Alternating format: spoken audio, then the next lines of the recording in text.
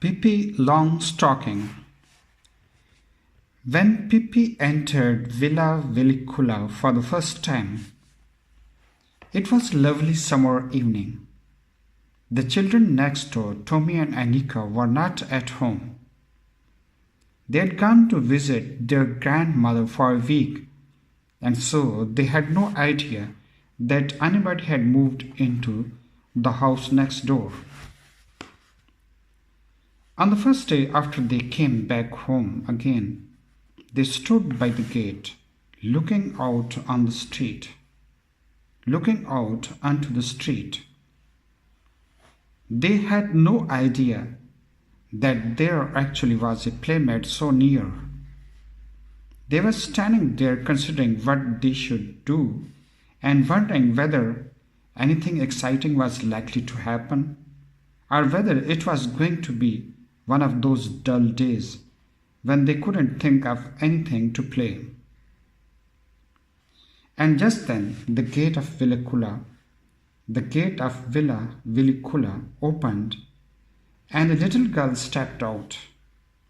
She was the most wonderful girl.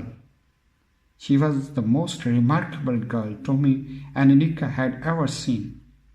She was Miss Pippi Longstocking, out for her morning walk.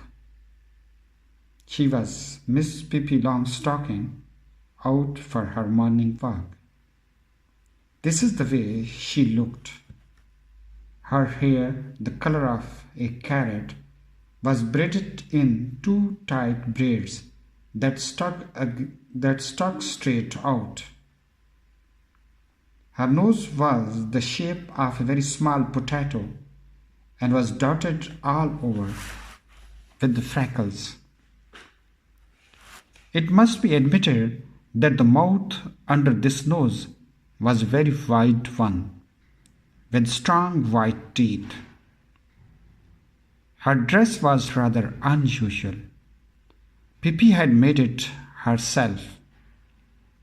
She had meant it to be blue, but there wasn't quite enough blue cloth, so Pippi had sewed little red pieces on it here and there. On her long thin legs she wore a pair of long stockings, one brown and the other black. She had on a pair of the black shoes that were exactly twice as long as her feet. Her father had bought these shoes for her in South America so that Pippi would have something to grow into. She loved them and she never wanted to wear any others. But the thing that made Tommy and Annika open their eyes widest of all was the monkey sitting on the strange girl's shoulder. It was a little monkey dressed in blue pants and yellow jackets and a white straw hat. Pippi walked along the street with one foot on the sidewalk and the other in the gutter. Tommy and Annika watched as long as they could see her.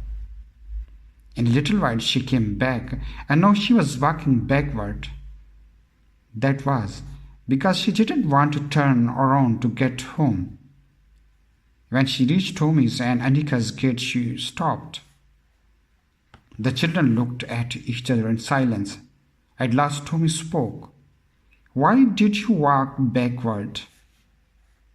"Why did I walk backward?" said Pippi. "Isn't this a free country? Can't a person walk any way she wants to?